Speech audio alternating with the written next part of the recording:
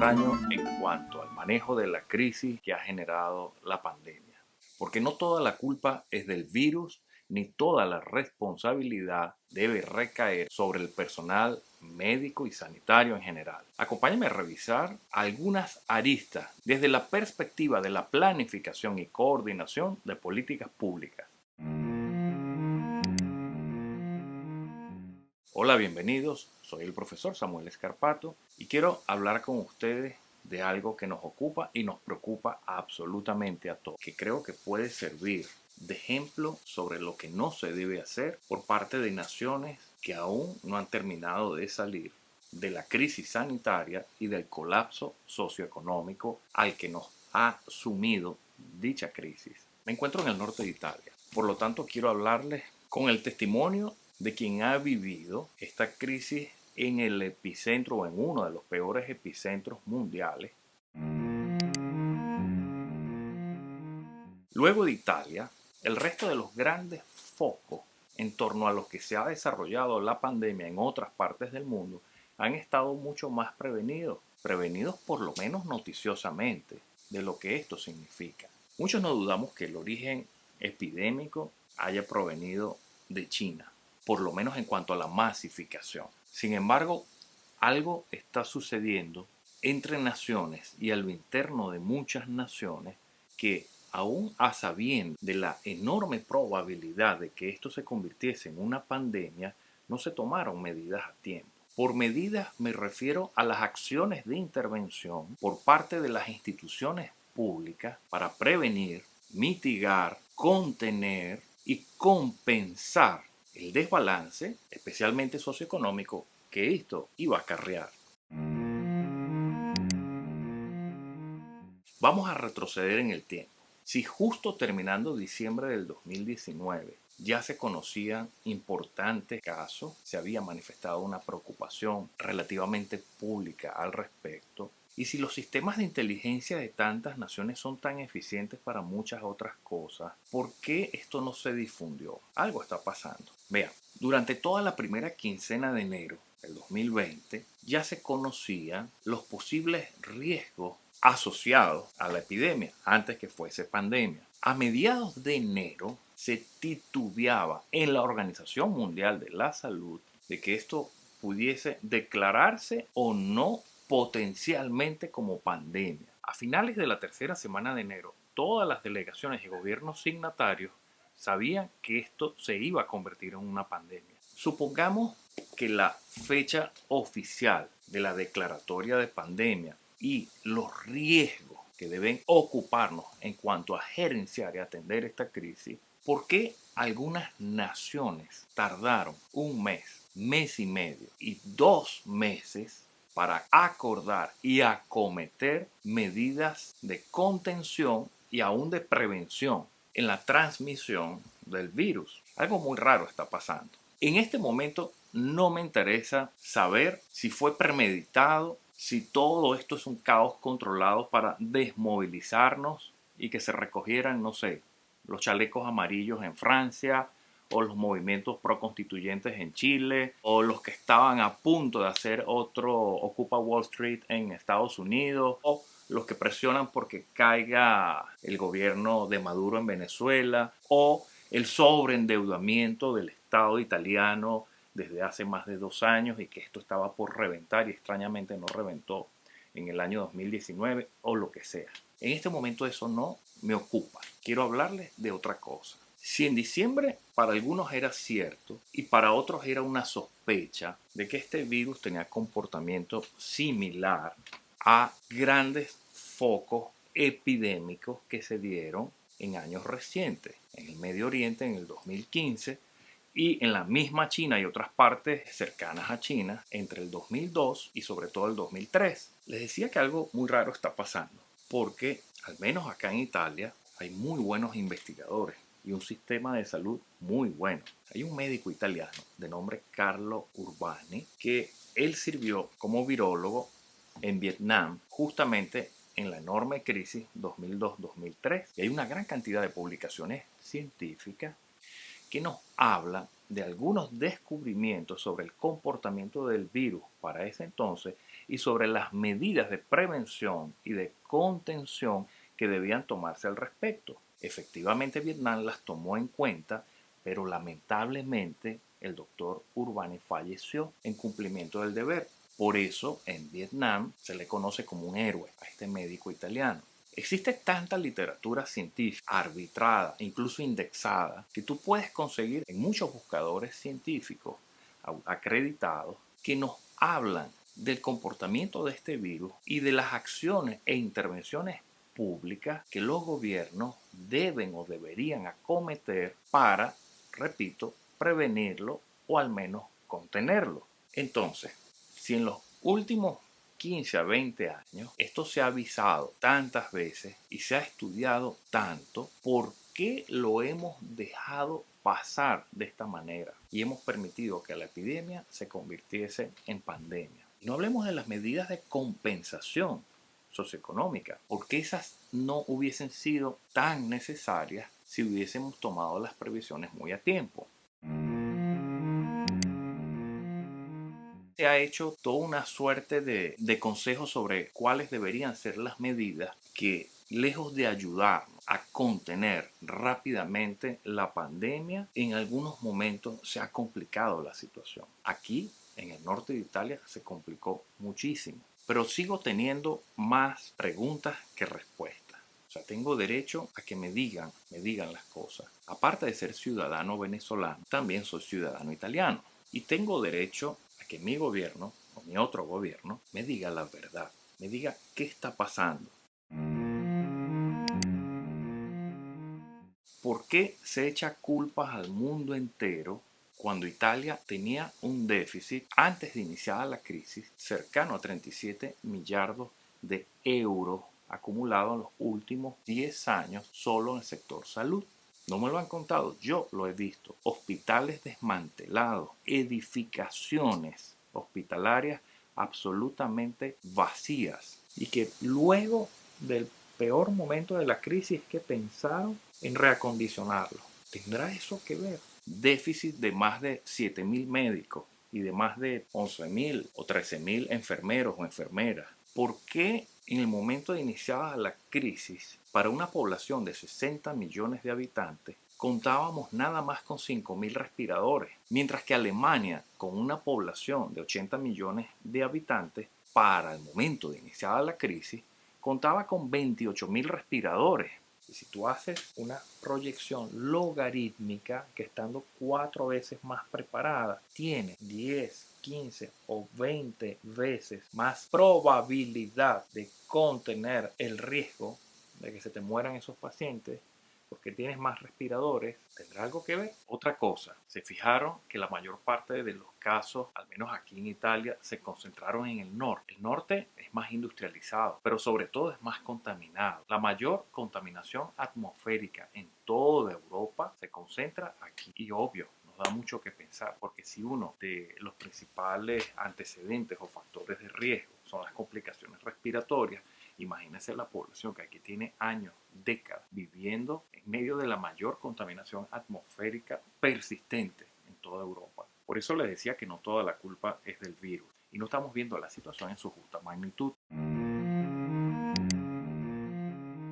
Todos estos cabos sueltos daban mucho que pensar y me llevó a mitad de febrero a ponerme en contacto con una cantidad de amigos y colegas planificadores acá en la región y decimos, bueno, aquí está pasando algo muy extraño, vamos a sugerir algún modelo de atención a los factores de riesgo que nos pueda ayudar a comprender mejor la evolución del problema o hacia dónde va a evolucionar. Cuando yo hago esta propuesta a algunas amistades locales que se la pasaron algunos burócratas, entendieron como que las matemáticas intuitivas que yo estaba sugiriendo para trabajar dentro del sistema de planificación se referían era a la proyección de los datos de cuánto iba a crecer la pandemia. Entonces esto me llevó a publicar un pequeño escrito tratando de aclararlo. El primero lo publiqué en italiano a inicios de marzo, el segundo a mitad de marzo, no recuerdo bien la fecha, en español, aclarando que no se trataba de la proyección de la pandemia, sino del cruce analítico de los factores de riesgo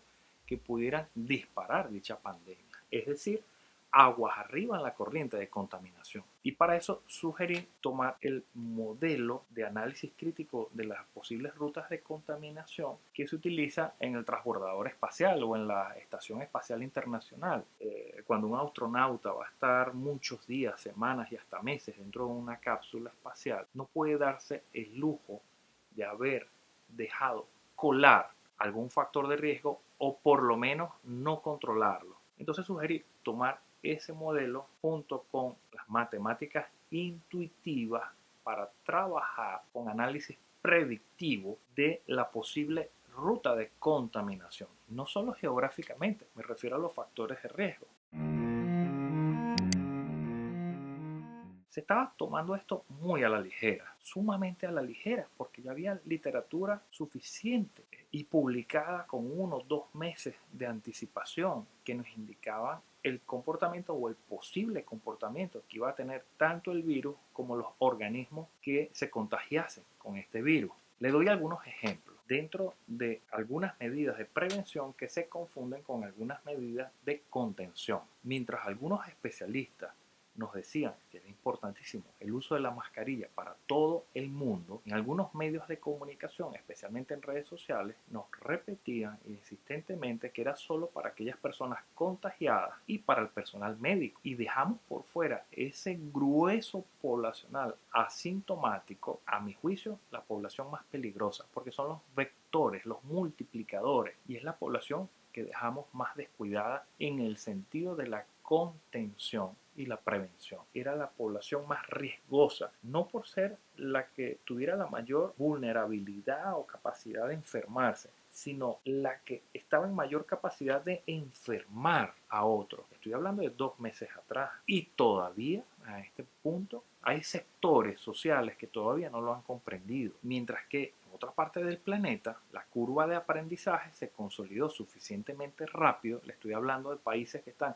alrededor de China. Agarremos el ejemplo de Japón y de Corea del Sur. Inmediatamente dijeron mascarilla para todo el mundo. No, pero nada, mascarilla para todo el mundo. Y geolocalización. Contagiados, los sospechosos de estar contagiados, de las rutas que ellos han recorrido, de las personas, los nodos, las instituciones, las localidades por las que han pasado, y a su vez advertir a las otras personas de posibles contagios. Eso ayudó una barbaridad a someter literalmente, logísticamente el virus y tratar de mitigar la enorme virulencia que tiene. Otro ejemplo en la curva de aprendizaje donde los asiáticos han sido más asertivos que nosotros. El periodo de observación en función del periodo de incubación. Estamos acostumbrados a escuchar que el periodo de incubación del virus 3, 5, 7 días, pero que con 14 días basta. El periodo de observación para saber si una persona está realmente contagiada o no, o tiempo suficiente para que presente alguno de los síntomas o para que salga en el test positivo. Resulta que no es así. Te sales de los medios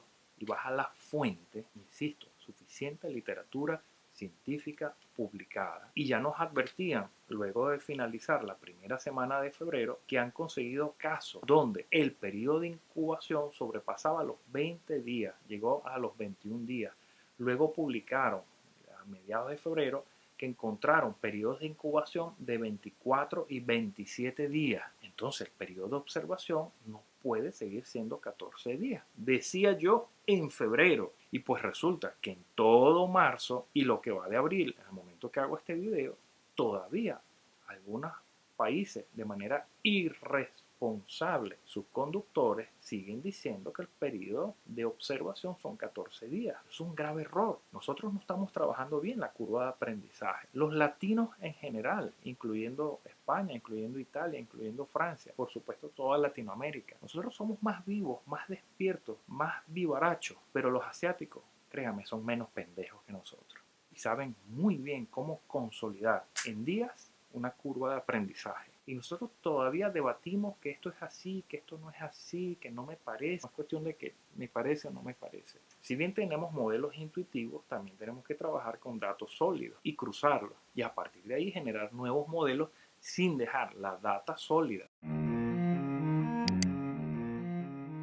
La población de menos riesgo, los jóvenes, deportistas, los que no son o no han sido fumadores ni han tenido complicaciones de supuesto bajo riesgo.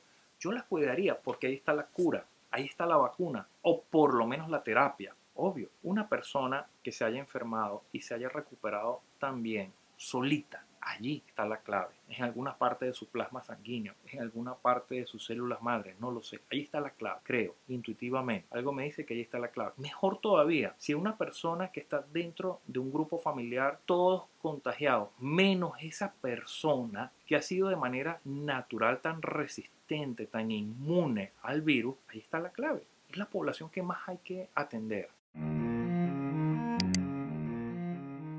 Hemos escuchado mucho que el mayor problema dentro de esta pandemia no es el virus, es el colapso logístico del sistema de salud, el sistema sanitario en general. Yo lo estoy viendo acá en norte de Italia como especialista en modelos de desarrollo local. Algo no se está haciendo bien, o algo no se hizo bien, o algo hay que mejorar. Yo vi en algunas redes sociales gente que envió algunos flujogramas de procesos muy bonitos donde hablaba de una cantidad de síntomas y que según el síntoma que se presentase fuera corriendo al hospital o al centro asistencial más cercano a su casa. Esto es sumamente irresponsable porque lo que hicimos fue acelerar el colapso del sistema de salud.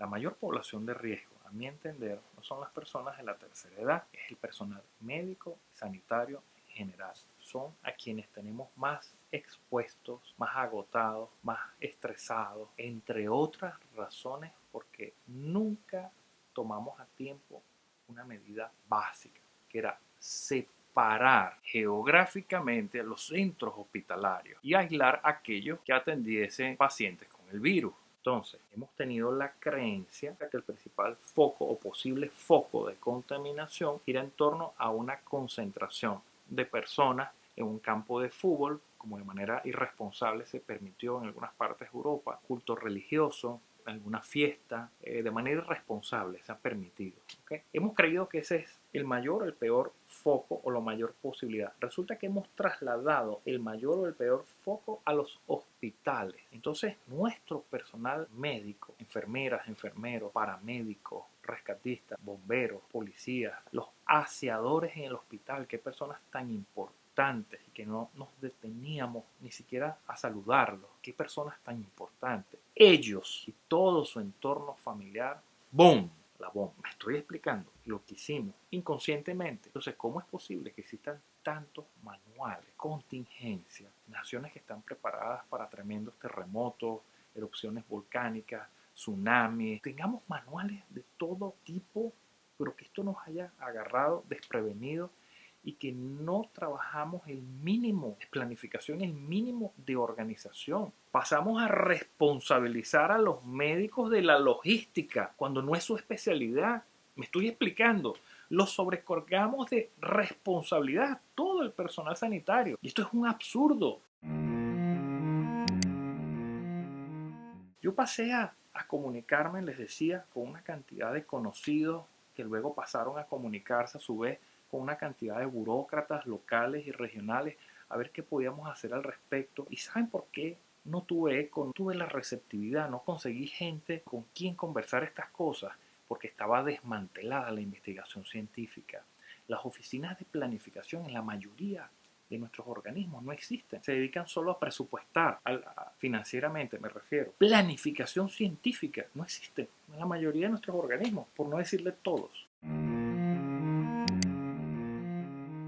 Permítame el paréntesis y les voy a hablar un testimonio propio de cómo la ciencia la hemos dejado de lado. Yo vine a Italia por insistencia de uno de mis hijos que practica un deporte particular y dijo, papá, vámonos por lo menos 2, 3 años, vamos a aprovechar la nacionalidad, el idioma y tal vez yo termino el liceo allá en Italia y luego nos regresamos. Sí, con mucho gusto. Lo acompañé yo todo orgulloso, además arrogante, que por mis títulos y mis credenciales tal vez conseguí algún trabajo acá universitario, como el que yo hacía en Venezuela, 18 años en la universidad como profesor e investigador, pero necesitamos arrendar, comer, acomodar la familia en algún lugar con mínimas condiciones. Y entre tanto yo entré a trabajar en un restaurante. Ese entre tanto se convirtió en 2 años y les voy a explicar por qué. Yo empecé a aplicar ante la FAO. Y yo decía, bueno, mi tesis de doctorado tiene que ver con modelos de desarrollo que yo sé que a alguien en la FAO le puede interesar o a alguien a través de la FAO. Pasa el tiempo y no me llaman, no me contestan, no me escriben. Converso con algunas amistades con experiencia allí y me dice, ¿tú has aplicado antes? No.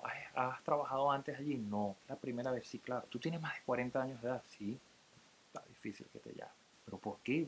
¿Acaso soy menos investigador o voy a tener menos cualidades? No, no, no me lo tomes a mal, pero está difícil que te llamen. Efectivamente no me llamaron. Luego en el restaurante donde trabajaba, conocí a un diplomático que al escuchar este caso me dice, oye, aplica en este otro organismo. Ahí sí, seguro te van a llamar porque ellos están necesitados de investigaciones como esa. Yo apliqué y cuando veo una de las condiciones dentro del listado, del compendio de requisitos, no ser mayor a 45 años de edad. Efectivamente no me llamaron, no quedé. ¿A dónde va esto? Y quiero retomar la conversación central. A nosotros no nos interesa la ciencia. Cuando un investigador científico es contratado o bien pagado, es porque va a crear o mejorar productos de alguna empresa privada. Es muy extraño que una sociedad le pague bien a una enfermera, a un paramédico, a un bombero. Hay paramédicos y bomberos que no cobran nada en algunos países del mundo. Hay rescatistas, la mayoría de los rescatistas no cobran nada, son voluntarios. Hay médicos que cobran muy poco, médicos de base que cobran muy poco. Internistas cobran muy poco. Los profesores y los investigadores usualmente cobramos muy poco, indistintamente que trabajemos sobre modelos de desarrollo que ayuden a dinamizar soluciones a favor del desarrollo local o a favor de salir de alguna crisis. O sea, ¿cómo es posible que nuestros sueldos sean 5, 7, 11, 17 veces menos que los sueldos de un parlamentario? O sea, ¿cómo es posible que muchos científicos, muchos profesores tengamos la misma formación que un magistrado y ganemos 10 veces menos o no ganemos nada? Eso fue lo que me llevó a crear este canal y abrir una cuenta en Patreon, porque eventualmente yo también tengo que llenar la despensa de comida. El punto al que viene esto es que la ciencia no está siendo escuchada. Estamos escuchando a tantos youtubers, influencers, entiendo que son personas que tienen una importancia en nuestra sociedad. Estamos escuchando a periodistas, personas, a mi modo de ver, muy importantes en esta sociedad. Estamos escuchando a los políticos, que todos han agarrado una cancha enorme en medio de esta crisis. Entiendo que son personas con cierta importancia en esta sociedad, pero después de todo esto, ¿qué va a pasar con los científicos? ¿Qué va a pasar con la ciencia? Pasamos a hablar de las medidas de compensación socioeconómica, que a mi modo de ver es la segunda mayor crisis que se nos vino. Y la que se nos viene va a ser aún peor. Por ejemplo, en algunas partes del mundo te han dicho, paga tus impuestos un poco más tarde, paga el arriendo o el arrendamiento un poco más tarde, paga tu servicio de electricidad o de internet o el que fuera un poco más tarde, pero nunca te han dicho no lo pagues. Estoy explicando. Al cabo de 1, 2, 3 meses, cuando la persona va a estar más endeudada, más comprometida, es cuando le van a llegar de golpe los reclamos para que paguen todas esas deudas acumuladas. Y todavía no hemos hablado del trabajador independiente o el autónomo, sea porque es un asesor, sea porque trabaja día a día por lo que vende. Esa persona no está generando ingresos, por lo menos aquí en Italia, desde mediados de febrero. Con más énfasis finales de febrero, no está generando ingresos. Personas que no tenían o no tenemos capacidad de ahorro y no hemos tenido cómo llenar la despensa. Esto es un cuento que no hemos querido atender y que se suma al anterior. Ahora, esto puede extrapolarse al país donde tú vives, a la sociedad en la que tú te desenvuelves y algo están dejando de manejar o no están manejando suficientemente y que luego le echan la culpa al virus o de dónde el virus o cómo llegó el virus acá, cuando al interno no hay presupuesto para ciencia y tecnología, cuando al interno no hay suficiente presupuesto para el sistema de salud, cuando al interno le achacaron toda la responsabilidad al personal médico sanitario, entre ellos los problemas de logística cuando no es su especialidad, decíamos, ¿entiendes? Que hay más preguntas que respuestas. O sea, ya basta de vernos la cara de pendejos y que ante esto nos hayan llenado de miedo en función del contagio, miedo en función del fallecimiento de alguna amistad o algún ser querido. De esto tenemos que seguir conversando y conversando bastante y a profundidad. Les agradezco mucho que me hayan acompañado. Por favor, si es posible, dentro de la contingencia, que me puedan apoyar o puedan apoyar investigadores científicos que trabajan con soluciones alternas, con soluciones intuitivas, con soluciones en general que nos pueden ayudar a mejorar o a salir de esta situación, de corazón se los voy a agradecer. Muchísimas gracias.